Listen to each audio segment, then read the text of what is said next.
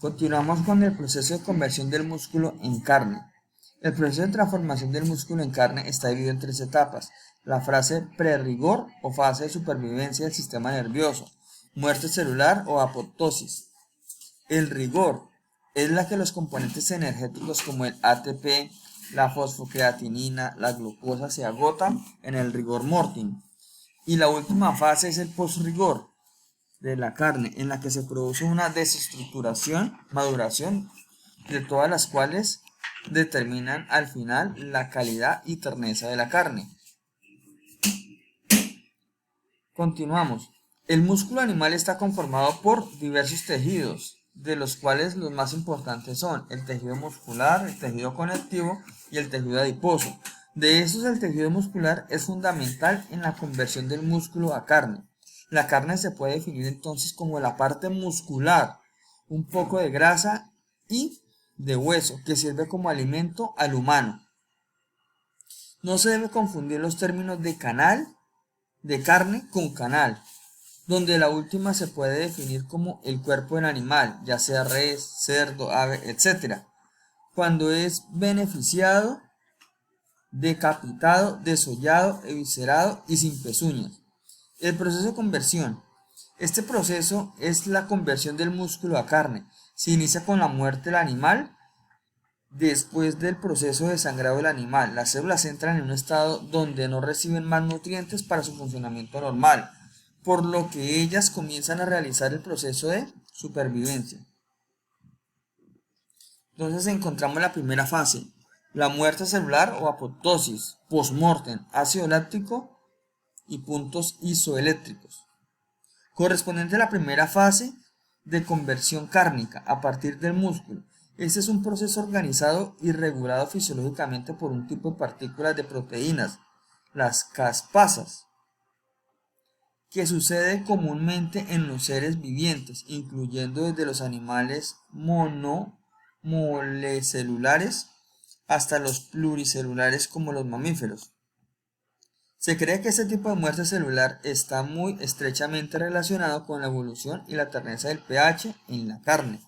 Las caspasas son las principales en la destrucción de la estructura muscular por la degradación de las proteínas y las miofibras de componentes, cuando el músculo entra en un estado de postmortem después del beneficio del animal. ¿Sí?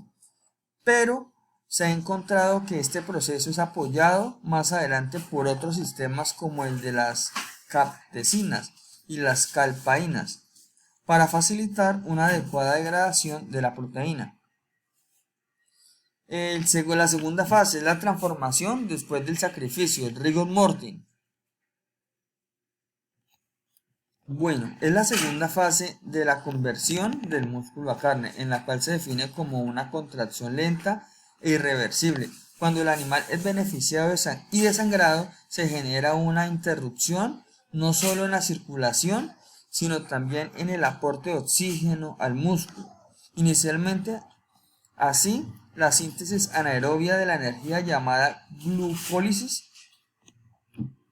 Este proceso se caracteriza por la producción de consumo de ATP, ácido desintrifosfato, para compensar la escasez de energía. A medida que se gastan las reservas de glucogénicas, se da una acumulación de ácido láctico, producto final del metabolismo anaeróbico. El pH postmortem disminuye y esta caída inicia las enzimas de las glucolíticas hasta llegar a un complejo rígido llamado acihomicina, que en este último instante es lo que se denomina como el músculo en rigor. Este estado se alcanza entre 10 a 24 horas posterior a la muerte. La importancia del funcionamiento del rigor mortis se conoce como funcionamiento, así como es el efecto de la calidad de la carne. Es importante que esté estrechamente relacionado con los parámetros como la suavidad del pH y del color. El mal establecimiento o el tiempo inadecuado de este afectan la terneza de la carne.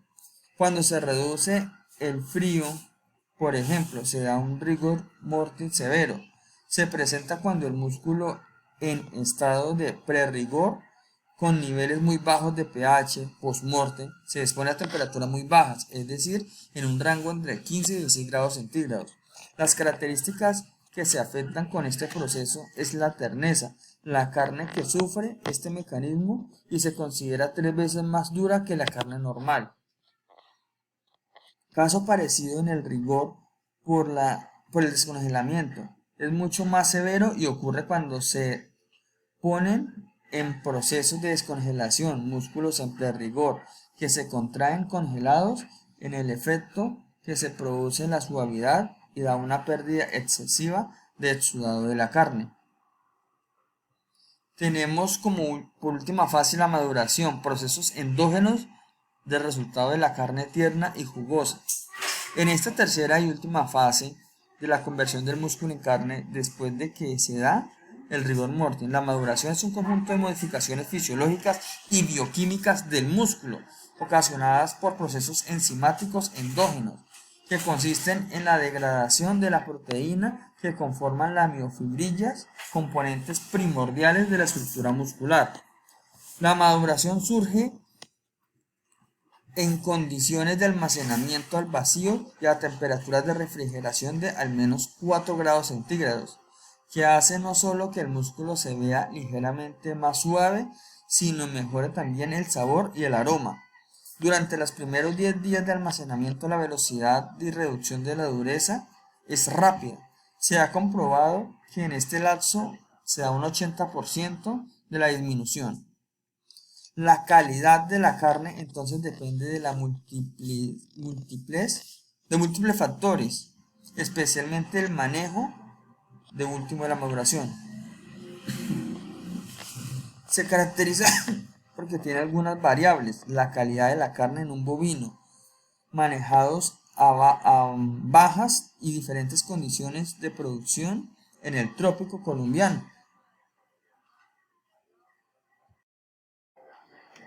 Bueno, a continuación tenemos la diferencia de locomoción entre estas especies. El sistema locomotor en bovinos. El aparato locomotor en bovinos está formado esencialmente por los huesos, los cartílagos, articulaciones, tendones y músculos de los cinturones escapulares y pélvicos y de las extremidades anteriores y posteriores, y además de la estructura de apoyo derivada de la piel, como los cascos, las pezuñas y los pulpejos.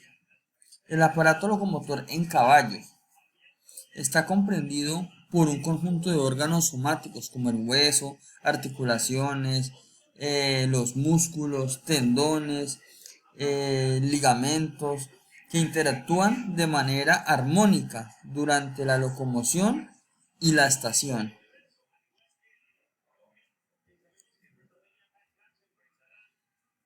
Tenemos el aparato locomotor, digamos, en cerdos, conformando un sistema muscular esquelético por huesos, músculos, ligamentos, tendones, articulaciones, que permiten la movilidad y el descanso de ellas. Consta también de dos miembros anteriores, hombros, pezuñas, y dos miembros posteriores como la cadera y la pezuña.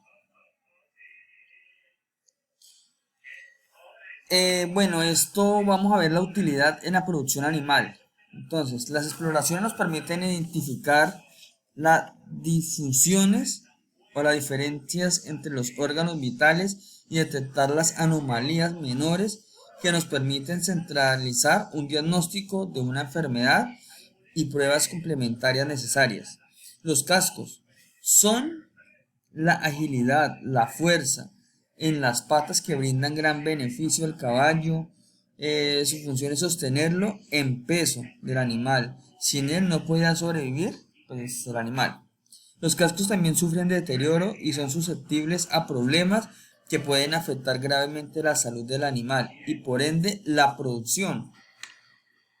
Es bueno conocer que esas estructuras para qué sí o para qué se nos facilitan el cuidado y la selección de los protocolos apropiados de un paciente, en este caso las enfermedades, evitándolas y evitando algunas complicaciones futuras. Fundamentalmente registrar todos los resultados de las exploraciones incluyendo las presentes, las anomalías y las ausentes, lo anormal, para poder compartirlas con los resultados y poder tener datos más exactos. La locomoción es la utilidad para comprender que pueden tener igual exposición al dolor, a las infecciones, a los traumas, a los golpes e injurias. Y esta es la bibliografía de donde saqué la mayoría de documentos, de conceptos. Muchas gracias.